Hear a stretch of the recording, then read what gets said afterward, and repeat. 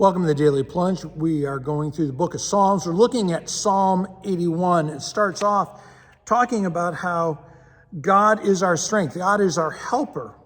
And then we should be shouting out, singing this out, calling,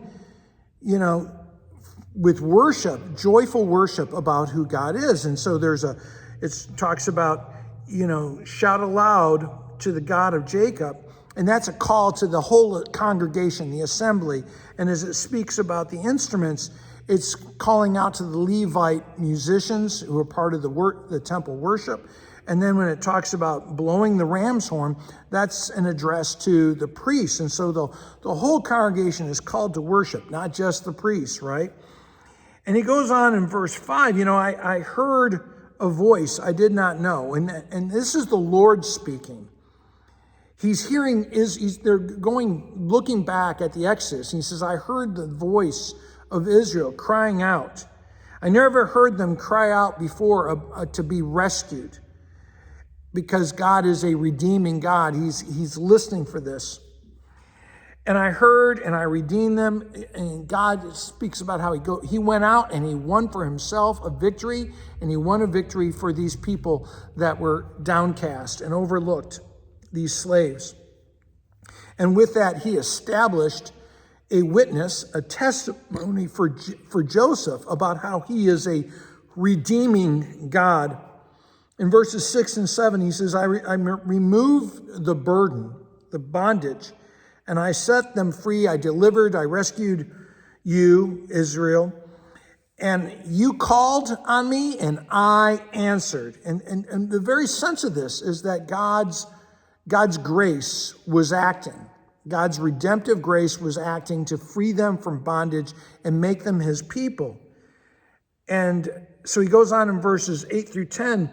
Now he's warning them, that about the people's idolatry, about worshiping other gods. And he says, the key to your survival, the key to your blessing is that you worship the one true God, and you worship only him. That's, the opening lines of the Ten Commandments.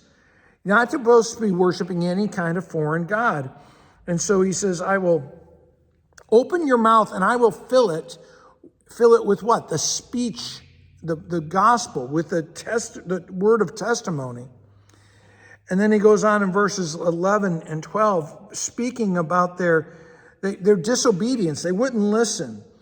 And, the sad result of what's coming from that as they would not listen and surrender to God and his word, so God gave them over to what they wanted, their stubborn hearts and their own selfish, self-serving purposes, their false religious selves.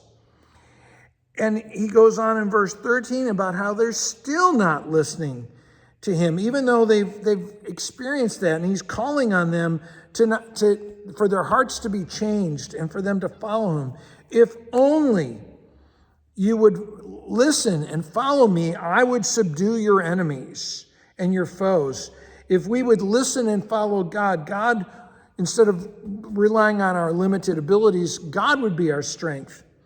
And those who hate God would cringe because they would see God acting. And he goes on in verse 16, but you, the Lord is speaking to them. He says, but you will be fed with the finest of wheat and with honey out of the rock. And so this is again, God's gospel. He's saying, you got manna and water in the desert. Now I'm going to give you the finest of wheat, and I'm not even water. I'm going to give you honey to drink. And part of this is to be astonished at how good God is, that he hears our cries and he pours out his mercy and his goodness, even though we are undeserving sinners. Well, hey, thanks, friends. Have a blessed day.